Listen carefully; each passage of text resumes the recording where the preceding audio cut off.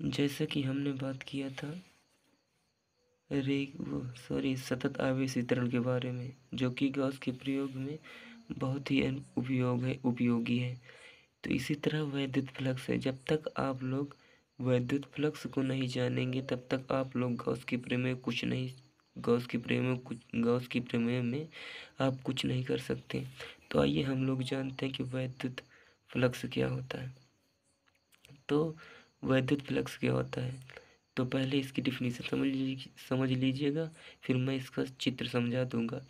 तो किसी वैद्युत क्षेत्र में उपस्थित पृष्ठ, कोई वैद्युत क्षेत्र है जिससे वैद्युत बल रेखाएं निकल रही हैं और वह वैद्युत बल रेखाएं उस पृष्ठ पर पड़ रही हैं।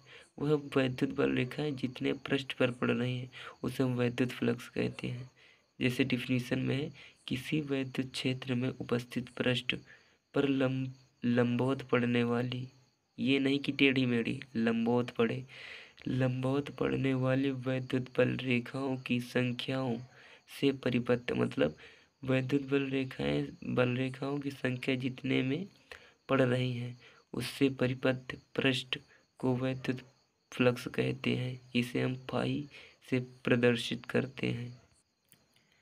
जैसा कि अभी हमने डिफिनीशन में बताया, ये कोई आवेश है, इससे वैद्युत बल रेखाएं निकल रही हैं, ऐसे करके ऐसे करके ऐसे करके ऐसे करके ऐसे ऐसे ऐसे निकल रही है। मतलब कि इस आवेश के वैद्युत क्षेत्र में एक प्लेट रखी है।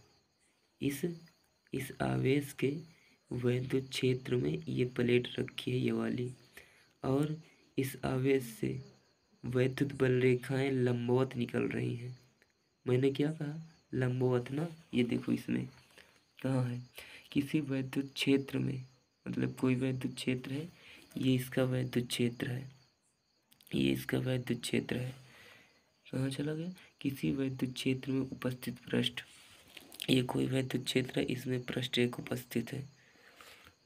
उपस्थित पृष्ठ पर लंबवत पड़ने वाली, मतलब ये लंबवत सीधी सीधी पड़े, सीधी सीधी बिल्कुल पड़े, सीधी सीधी पड़े, लंबवत पड़ने वाली वैद्युत बल रेखाएं, मतलब जो वैद्युत बल रेखाएं हैं की संख्याओं से परिबद्ध, मतलब इनकी संख्या से जो परिबद्ध है पृष्ठ, इनकी संख्या जहाँ जहाँ पड़ रही है उसको, ये नहीं कि इसके बाहर निकल रही इससे गिना जाएगा, मतलब कि इस पृष्ठ पर जो पड़ रही हम उनको गिनेंगे, ये इस पृष्ठ पर जो पड़ रही हम उनको गिनेंगे। जैसा कि इसमें संख्या से परिबद्ध पृष्ठ को वैद्युत फ्लक्स कहते हैं।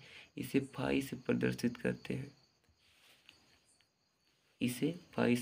करते हैं, तो इसका सूत्र होता है फाई ई ए कॉस थीटा, ये नियतांक होता है कॉस थीटा। तो क्या होगा? फाई ई बराबर ई ए कॉस थीटा।